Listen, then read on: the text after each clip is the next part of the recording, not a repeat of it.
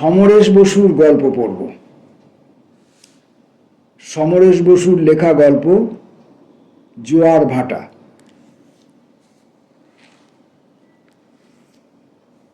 কটা লাউ আসবে বাবু?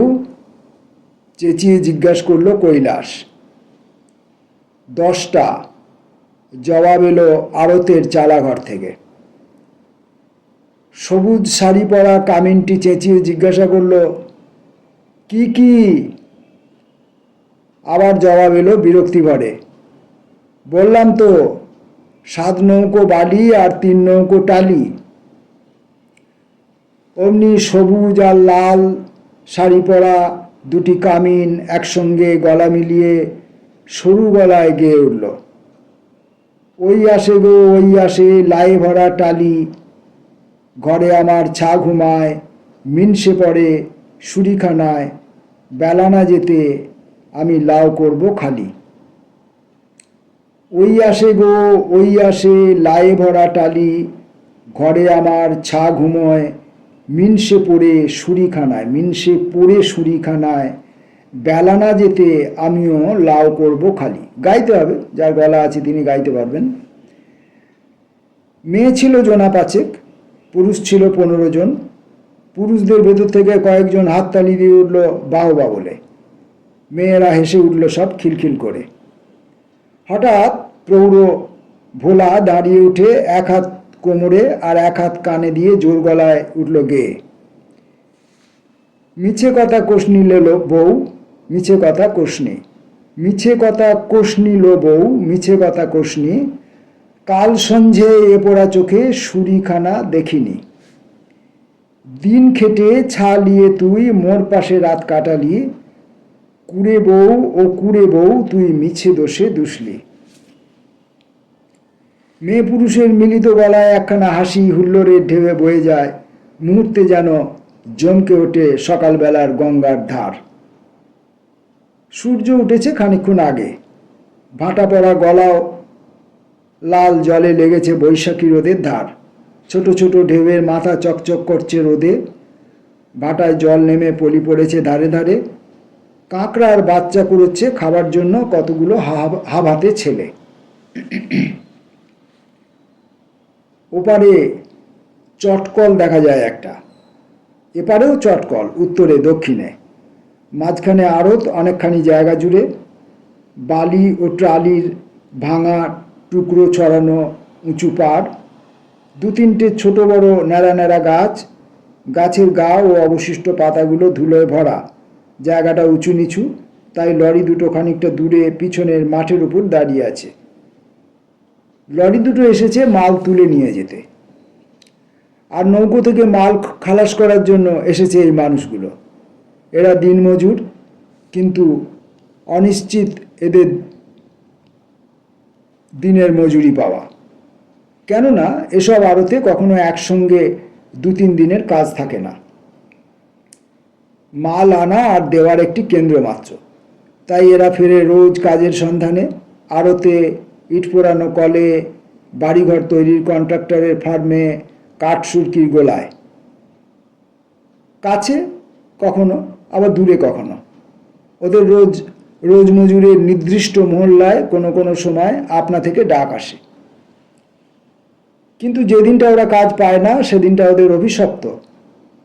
এ ছন্ন ছাড়া আয়ের মতো জীবনও ছন্ন ছাড়া। কম হোক বেশি হোক, কোনো বাঁধা আয় নেই, অথচ বাঁধা আছে পেট। তবে এ জীবনে পেটটাকেও গোঁজামিল দিতে শিখেছে ওরা। ঘরও নেই, বারও নেই, জীবনের রঙ্গ অঙ্গ সবটাই এখানে। তাই হাতে যেদিন কাজ আছে সেদিন মূর্তিমান আনন্দ, বন্ধনহীন মন, তোলপাড় হৃদয়। যতক্ষণ শ্বাস ততক্ষণ আশ নয়, যতক্ষণ কাজ ততক্ষণ আশ। হই হই হই, ওই আসে গো ওই, কি কি কি, গোড়া সাহেবের ঝি। আগের গানের প্রসঙ্গ পাল্টে জোয়ান মদন গেয়ে উঠল চেঁচিয়ে, কানে আগুল দিয়ে। গোড়ার বেটির মেজাজ চড়া, কাজের হদিশ বড় কড়া। বউলো বউ, কাজে হাত লাগা। সুরের শেষে টান দিয়ে সে একটু বিরক্তি ভরে জিজ্ঞাসু চোখে তাকালো মেয়েদের দিকে। এরপর মেয়েদের সুর ধরার কথা, কিন্তু দেখা গেল মেয়েরা নারাজ। টিপে টিপে হেসে তারা মাথা নাড়ল, মুখ ফিরিয়ে বসলো কেউ নিরুৎসাহে গা এলিয়ে। পথে আসতে কুড়িয়ে পাওয়া খোঁপায় গোজা কৃষ্ণচূড়া ঢেকে নিল ঘোমটা তুলে। যেন গানের তালে ফাঁক দিতে গিয়ে সুর থেমে গেছে। সেই ফাঁকে ভাটা ঠেলে জোয়ার এসে পড়ল গঙ্গার বুকে। এলো নিঃশব্দে চোরা বাপের তলে তলে, শুধু হাওয়া আসে যেন কোত্থেকে ধেয়ে আসে চটকলে জেটির গায়ে ধাক্কা খেয়ে। ক্রেইনের মাথায় লাল ন্যাকড়ায় ফালি উড়িয়ে এপারে ওপারে আগুনের মতো কৃষ্ণচূড়ার মাথা দুলিয়ে। হাওয়াতে ছেলেগুলো মহা উল্লাসে ঝাঁপিয়ে পড়ল জোয়ারের জলে। স্টিম লঞ্চ একটা টেনে নিয়ে চলেছে বিরাট গাধা বোট দক্ষিণ থেকে উত্তরে। লরির ড্রাইভার এসে দাঁড়ালো জটলার সামনে। সে এখন এদের পরিচিত গুণী বন্ধু। অত বড় একটা গাড়িকে সে খুটখুট মেশিন মেরে বোঁ বোঁ করে চালিয়ে নিয়ে যায়। গায়ে পরে সাহেবি কুর্তা, ফোঁকে সিগারেট। তাকে নিজেদের মধ্যে পেয়ে তারা গৌরবান্বিত। বুড়ো গোবর তার ঝুলে পড়া গোঁফের ফাঁকে হেসে বললে, বসে পড়ো ওস্তাদ। মেয়েদের দিকে একবার চোরা চোখে কটাক্ষ করে কানাই বললে, গানই থেমে গেল তো, আর কি বসবো সর্দার। গোবর সর্দার নয়, কিন্তু সামনে প্রায় তাই। গোবর সর্দার নয়, কিন্তু সামনে প্রায় তাই। অনেক বয়স ও বহু ঝড়ে ঝাপটায় তার ভাঙাচোরা মুখটায় মোটা গোঁফের মধ্যে লুকানো তিক্ত অথচ উদার হাসির ধারে একটা অদ্ভুত ব্যক্তিত্বের ছোপ আছে। বয়সের চেয়েও শক্ত মোটা গলায়ও বলল, ওস্তাদ, দুনিয়াতে কিছু থেমে থাকবার জো নেই। জো নেই তো থামলো কেন? কানাই আবার কটাক্ষ করলো মেয়েদের দিকে। মুখে থেমেছে, মনে থামেনি শুধু ওদের। বলে সে নিজেই জিজ্ঞেস করলো, কিরে শ্যামা, গান থেমে গেছে? সবুজ শাড়ি পরা শ্যামা তেমনি মুখ টিপে ঘাড় নাড়ল, অর্থাৎ না। কিন্তু মদন না মানবে কেন? সে নিজের পাছায় চাপড় মেরে বলল, আমি বলছি থেমে গেছে, নইলে গলা কেন দিচ্ছে না? আরে জানলে তো, ভোলা বলল মুখ বেঁকিয়ে, মাগিরা আবার গাইতে জানে কবে? আরেকজন বলল, আয় শালা, আমরাই গাই, ওদের বাদ দে। গাইয়ে মরদের দলটা বসলো একজোট হয়ে। অমনি কামিনী বুড়ি দাঁড়িয়ে উঠে খেঁকিয়ে উঠল, মাগিরা গাইতে জানে না? জানিস তোরা মরদরা যে এত মদ গাঁজা খেকো হেরে গলায় আহা কি বাহার বলে কোমরে হাত দিয়ে মাজা দুলিয়ে ভেঙচে উঠল, হই হই হই, তোদের মরণ আসে ওই। একটা রোল পড়ে গেল দমফাটা হাসির। মেয়েদের ঢলে পড়া হাসি যেন জ্বালিয়ে দিল গাইয়েদের। মনে হয় আধা ল্যাংটো খালি গা মানুষগুলো যেন এক মহা খুশির মজলিস বসিয়েছে গঙ্গার ধারে। আড়তের বাবু গঙ্গামুখ হয়ে গদিতে বসে হরিনামের মালা জপছিলেন। জপের মাঝে গণ্ডগোল হওয়ায় দাঁতহীন মারি খিঁচিয়ে উঠলেন, জানোয়ারের দল। আড়তের বাঁধা কুলিটা বসেছিল দরজার কাছে, বেগড়ানো মুখ। সে কুলি বটে, কিন্তু বাঁধা কাজের মানুষ, তাই আভিজাত্য বোধেই দিন মজুরগুলোর কাছ থেকে সে গা বাঁচিয়ে বসেছে। বাবুর গালাগালটা শুনেও সে ঠোঁট উল্টে বললে, শালা লুচ্চা লাফাঙ্গার দল। কামিনী তখনও বসেনি। সে গায়ের দিকে ঝুঁকে বলল, এত জানিস তো আগের গীতটা ছেড়ে কেন দিলি রে? ও, তাও তো বটে। আগের গানটা যে থেমে গেছে মেয়েদের জবাবের মুখে এসে। আসলে ভোলা বা মদন আগের গানটা সব জানে না। গোবর চেঁচিয়ে উঠল, তবে সেইটাই শুরু করে দেও। নেতিয়ে গেল। মুহূর্তের শ্যামার সঙ্গে লাল শাড়ির গলা মিশে সুরের ঢেউ তুললে, মিছে কথা কইনি, মিছে ভয় করিনি, তেমন বাপের ঝি আমি লইহে, চোখে বালি মাথায় টালি, সারাদিন হাড়কালি, তুমি যে নেশায় ভোম গাছতলায় শুয়ে হে। হঠাৎ এক মুহূর্তের বিরতিতে সবাই স্থির হয়ে গেল। থেমে গেল তালে তালে ঝাঁকানো ও হাততালি। শ্যামা একটা বিলম্বিত লয়ে দীর্ঘশ্বাসের ভঙ্গিতে বলতে লাগলো, হায় হায়। আর লাল শাড়ি সরু গলায় টেনে টেনে যেন বহু দূর থেকে গেয়ে উঠল, খুঁটে খুঁটে শরীর অবশ তবু তোমায় তুলি ঘাড়ে, বলবো গো সব জনে জনে একলা মেয়ে কেমনে যাই ঘরে। বিবাদ ভুলে গেছে গাইয়ে দল, মনে হয় এখানে সকলের বুঝি দীর্ঘশ্বাস ভরে উঠেছে অবাগী কামিন বউয়ের বিলাপে। কার গোঙানো গলার স্বর ভেসে এলো, আমরা বেঈমান। এবার উঠল সেরা গাইয়ে কৈলাস, তাকে সবাই বলে শুধু, আসলে সে বাউল বৈরাগী। তার নেই ঘরে বউ ছেলে, তার ডেরা ঘরে ঘরে, দিনমজুরের জীবনের আড়ালে তার মনের অনেকখানি গেরুয়া রঙে ছোপানো। আর এই গেরুয়া রঙেরই ছোপ খানিক খানিক দাগ ধরিয়ে দিয়েছে এই চোখ ধাঁধানো লাল শাড়িতে ঢাকা মনের মধ্যে। লাল শাড়ির ঘর খালি, ভরা বয়সে এ জীবনের ভারের ভয়ে পলাতক তার স্বামী। আছে শুধু শাশুড়ি ওই কামিনী বুড়ি, কিন্তু তার শাশুড়ি সবার বেলায় সড়গড়, বউয়ের বেলায় বড় দর। তাই বজ্র হাঁটুনির ফসকা গেরুর মতো গেরুয়ার ছোপ তার মনের অতলে। কি যেন খোঁজে তার বিভাগী মন। কৈলাসকে দাঁড়াতে দেখে হাসির ঝিলিক ফোটে তার কাজল চোখে, হাজার কথা ঠোঁটের কোণে। এইটুকু কামিনী বুড়ি টের পেলে তার রক্ষে নেই, তবু কৈলাস এক অপূর্ব ভঙ্গিতে নিজেকে নিয়ে দাঁড়িয়ে দেখিয়ে গেয়ে উঠল, মোরে ধিক ধিক ধিক, মন যে আমার বশ মানে না, আমার ভাঙা ঘর খালি পেট তবু যে যায় সুরিখানা। আমার ছায়ের শুকনো মুখ, বউয়ের আমার শুকনো বুক, আমি দেশ হতে দেশান্তরে আড়ত গোলায় খুঁজি সুখ। আর যাবনি মোরে দে বাঁধা কাজের ঠিকানা। কৈলাসের গানের রেশ শেষ হবার আগেই ফুঁপিয়ে কান্নার ভঙ্গিতে দ্রুত তালে আবার গেয়ে উঠল শ্যামা ও লাল শাড়ি। বাবু সাহেব, সাহেব গো, পেট ভরেনি, কাজ করিয়ে পয়সা দেও, ক্ষুধা মরেনি। দেখো আমার শুকনো বুক, ছায়ের তোষ মেটেনি, বয়সকালের শরীরে মোর রং লাগেনি। বৈশাখের খড় হাওয়ায় সে গানের সুর ভেসে যায় মাঠ ভেঙে শহরে, গাঁয়ে গঙ্গার ছলছল তালে, ঢেউয়ের পরে ঢেউয়ে এপার ওপার। এই গানেরই সুর তালে তালে আড়তের ন্যাড়া আর দূরের কৃষ্ণচূড়া গাছ দোলে মাথা আকাশের। গাইয়ে দলের আর আফসোস নেই। নেংটি পরা খালি গা রং বেরং মানুষগুলো শূন্য দৃষ্টিতে বসে থাকে চুপচাপ। দূর থেকে দেখে মনে হয় যেন স্তূপাকার করা রয়েছে কতগুলো বেঢপ মাল। গানের গুঞ্জন এখন তাদের হৃদয়ের ঠিক ঠিক তালে। এ তো শুধু গান নয়, ঘরে বাইরে তাদের মাথা ফোটার কাহিনী। কামিনী বুড়ি কি যেন বিড়বিড় করে গঙ্গার দূরে বুকের দিকে তাকিয়ে। বুড়ি দীর্ঘদিনের ফেলে আসা জীবনের স্মৃতি তোলপাড় করে মনে। তার সদা সতর্ক চোখে দেখতে ভুলে যায় কেমন করে তার বউ ঘাম মোচার আড়ে এক নজরে তাকিয়ে থাকে কৈলাসের দিকে। কৈলাসও তাকিয়ে থাকে, কিন্তু সে চোখে সেই প্রেমের বিহ্বলতা আছে কিসের অনুসন্ধিৎসা।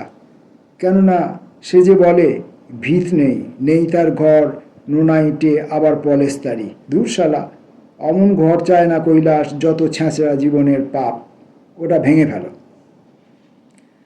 বুঝি সেই ভেঙে ফেলারই হদিশ খোঁজে সে লাল শাড়ির চোখে। ক্ষেত কেমন করে কাটবে শরীরে রং না লাগার।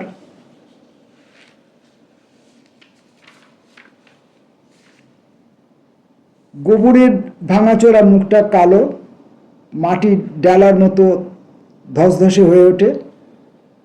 বলে কানাই ড্রাইভারকে, ওস্তাদ, এখন যেন জীবনটা হয়েছে পোকা খেকো ছিটে বেড়া। জীবনভর হাতের চাকার মতো আমরা গড়িয়ে চলি, যেন তোমার মেশিন, চালালে চলি, তেল না দিলে ক্যাঁচ ক্যাঁচ করি। কানাই তার নিজের অভিজ্ঞতায় চ্যাপটা মুখে হেসে বলে, বিগড়ে যাও। বিগড়ে যাব? হ্যাঁ, দেখো না মেশিন বেগড়ালে কেমন পায়ের তলায় শুষে তেল মাখি, তেমনি বিগড়ে যাও। এক মুহূর্ত কানাইয়ের মুখের দিকে তাকিয়ে হেসে ওঠে, ফিসফিস করে ওঠে গোবর, ঠিক শালা, গিবড়ে যাব, আমরা বিগড়ে যাব। আড়তের বাবু জপের মালাটি কপালে ছুঁয়ে ভরে ক্যাশের বাক্সে রাখেন। বলেন, হারামজাদাদের চেঁচানিতে একটু ঠাকুরের নাম করবার জো নেই। বাঁধা কুলিটা বলে অসন্তুষ্ট গলায়, শালারা ঈশ্বরের জঞ্জাল। ইতিমধ্যে আবার কে গান শুরু করতে যাচ্ছিল, কিন্তু করলো না। তালে যেন ভাঙন ধনে গেছে। এরই মধ্যে সূর্য কখন লাটিমের মতো পাক খেয়ে উঠেছে মাথার উপরে, তেতে উঠেছে ছড়ানো বালি আর টালি ভাঙা টুকরো। সকলেই তারা ভুরু কোচকে গঙ্গার দিকে, উত্তর দিকে তাকায়। না, এখনো দেখা দেয়নি 10 মাল্লাই নৌকার চ্যাটালো গলুই, কানে আসেনি 10 বৈঠার ছপ শব্দ, দেহাতি মাঝির দাঁড় টানার গান। সকলেই তারা পরস্পরের মুখের দিকে তাকায়, কখন আসবে, কখন। এখানে তারা কেউই একক নয়, সকলেই একই ভাবনা, একই দুশ্চিন্তা, একই কথা। সে যেন তাদের মন পবনেরও নাও। না এলে যে সব ফাঁকি, পেট ফাঁকি, গান ফাঁকি, ফাঁকিয়ে দিনটাই তাদের জীবনের গুনতিতে। কখন বেজে গেছে চটকলগুলোর দুপুরের ভোঁ, এখন আর কোথাও পাওয়া যাবে না রোজের সন্ধান। আর আড়তের নৌকা না এলে, মাল খালাস না করলে কেউ হাতে তাদের তুলে দেবে না একটি পয়সা। কৈলাস হাঁকে, এই বাবু, মাল আসবে কখন? জবাব আসে খিঁচানো সুরে, আমি কি মালের সঙ্গে আছি? বাঁধা কুলিটা বলে গম্ভীর গলায়, যখন আসবে তখন দেখতেই পাবে। শ্যামা বলে তিক্ত এসে, মাইরি। বাঁধা কুলিটা খ্যাঁক করে উঠতে গিয়ে চুপ মেরে যায়। আর সবাই হেসে ওঠে, কিন্তু খাপছাড়া হাসি। আর হাসি আসে না, কাজ নেই, হাত খালি, শুধু মাথা গুঁজে বসে থাকা। এ জীবনেরই একটা মস্ত বিরোধ, যেন আগুনকে চাপা দিয়ে রাখা। কিন্তু দিন মজুরির এই দস্তুর, কাজ নেই তো পয়সা নেই, না মুখ চেয়ে বসে থাকো তো ভাগো। কোথায় যাবে? সেখানেই তোকে বলি, ভাগো ভাগো ভাগো। আড়তের বাবু মুড়ির বস্তা খুলে কিছু মুড়ি ঢেলে দেন বাঁধা কুলিটার কোঁচড়ে। এ সময় বসে থাকা মানুষগুলোরও কথা দেওয়ার কথা 2 আনা হিসেবে, পয়সাটা কাটানো যাবে ওদের মজুরি থেকে। কিন্তু কাজ নেই, মজুরিও নেই, উসুল হবে কোত্থেকে? মুড়ির বস্তা বন্ধ করে চালা ঘরে তালা মেরে আড়তদার পথ ধরেন ঘরের। কুলিটা আর চোখে এদের দিকে দেখে আর মুড়ি চিবোয়। এ মানুষগুলো চুপচাপ দেখে আর ঢোক গেলে সকলেই পরস্পরকে ফাঁকি দিয়ে ওই মুড়ি খাওয়ার দিকে দেখতে চায়। কৈলাসের চোখে পড়ে লাল শাড়ির চোখ। চট করে মুখ ফুরিয়ে নেয় ভয়ে। কামিনী বক বক করে শ্যামার সঙ্গে, 3 বছর আগে একটা বাঁধা কাজ পেয়েছিলাম জানলি, মিনসে তখন বেঁচে। সোহাগ করে বললে, যাসনি? পুরুষ মানুষের সোহাগ। হারিয়ে যায় কামিনীর গলা জোয়ারের শব্দে। হঠাৎ দেখা যায় তারা সকলেরই এই জীবনটার উপর বিরাগে নিজেদের মধ্যে গুলতানি শুরু করে দিয়েছে। কেউ বলে, একবার আমি একটা কাজ পেয়েছিলাম, 1 নাগাড়ি 3 মাসের। কেউ বলে, আমার 1 বছরও হয়েছে, কলকাতায় একটা বিডলিন বানিয়েছেন। আরেকজন বলে, আরে আমারও তো সারা এখনো অপরেশবাবু একটা বাঁধা কাজের জন্য ডাকে, আর তুই খালি যাস না। অদ্ভুত ঠান্ডা গলায় বলে কৈলাস। কেউ কেউ নীরবে হাসে। কিন্তু ভেঙে যাচ্ছে সুর, কেটে যাচ্ছে তাল, কোথাও আর ভালো লাগে না। বুড়ো গোবর তার মোটা গলায় বলে আফসোসের সুরে, ওস্তাদ, তোমার মতো কাজ জানলে। বলতে বলতে হঠাৎ তার গলা হারিয়ে যায়।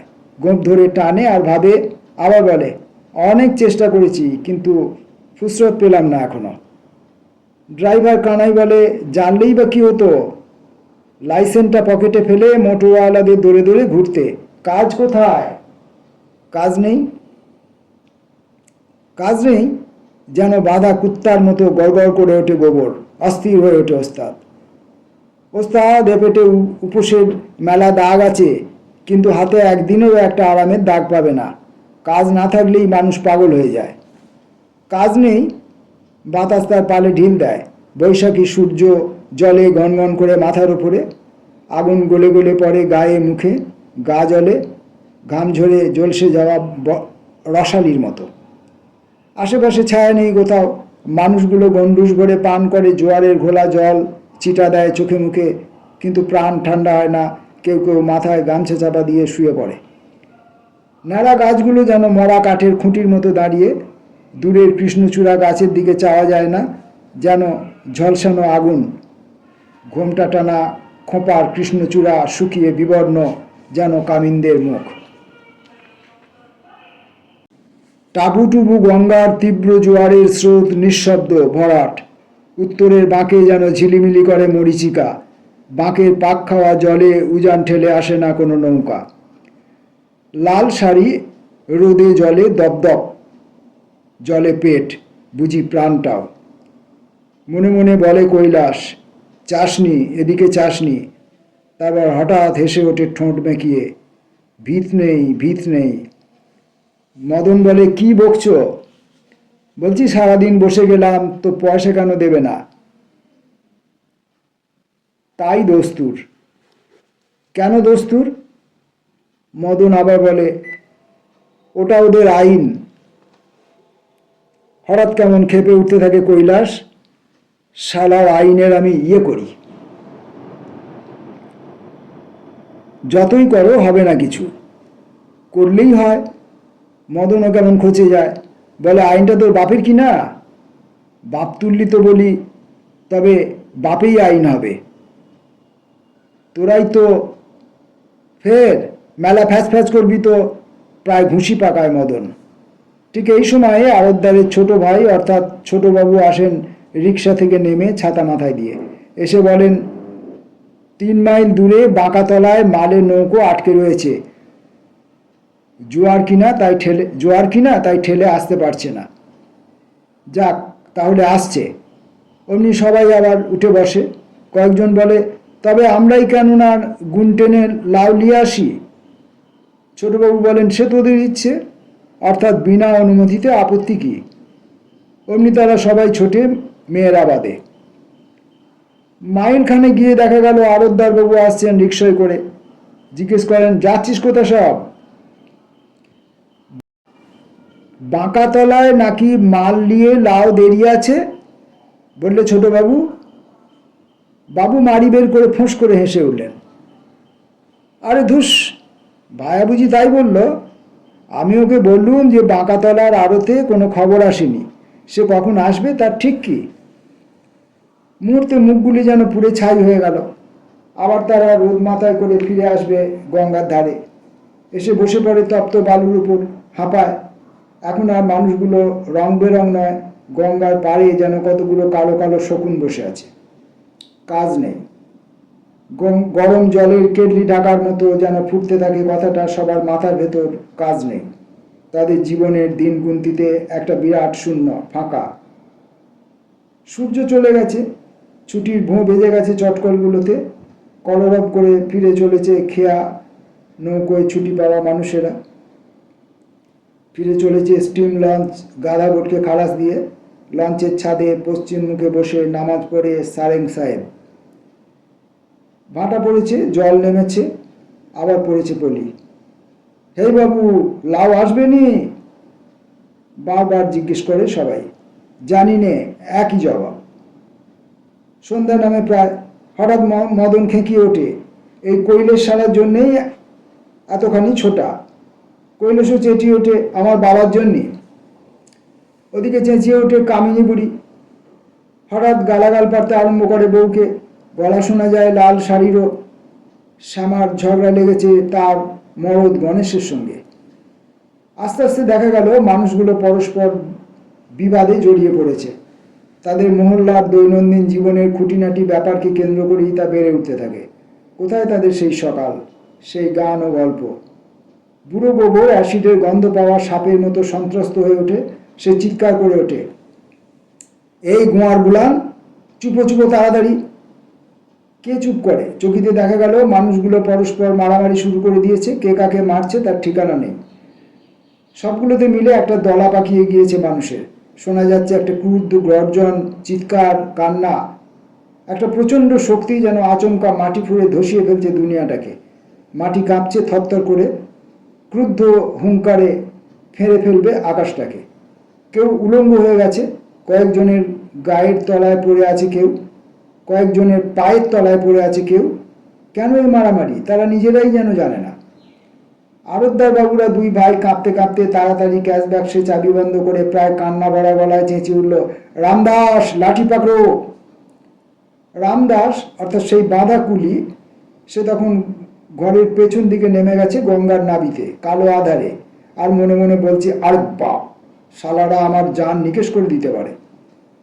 হঠাৎ সমস্ত গোলমালকে ছাপিয়ে তীব্র মোটা গলায় গোবর হাঁক দিল, লাউ আসছে, লাউ, জোয়ান তৈয়ার হো। মুহূর্তে যেন জাদুমন্ত্রে থেমে গেল সমস্ত গোলমাল, মারামারি, হাতাহাতি। সকলে ফিরে তাকালো উত্তরের বাঁকের দিকে নিঃশব্দে। পূবে উঠেছে আধখানা চাঁদ, ভাটার জলে তার ঝিলিমিলিতে দেখা যায় অদূরে কতগুলো বিরাট বড় বড় নৌকো গঙ্গার বুকে ছায়া ফেলে এগিয়ে আসছে। মোটা মাস্তুল উঠেছে আকাশে।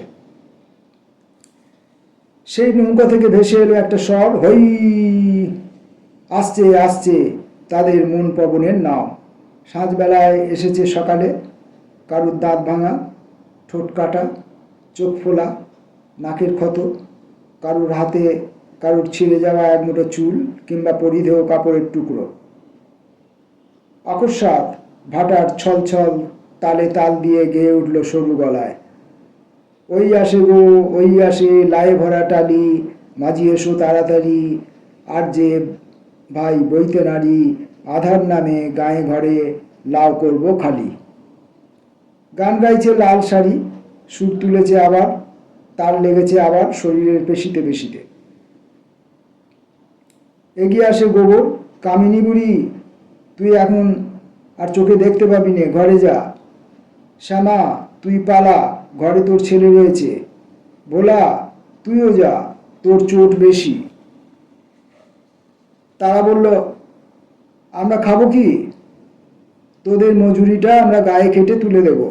সবাই বলে উঠল, রাজি আছি। যেন এই মানুষগুলো কিছুক্ষণ আগের সেই হিংস্র প্রাণীগুলো নয়। কামিনী বুড়ি বলে গেল, বউ হুঁশিয়ার। তারপর এক অদ্ভুত সাড়া পড়ে যায় কাজের।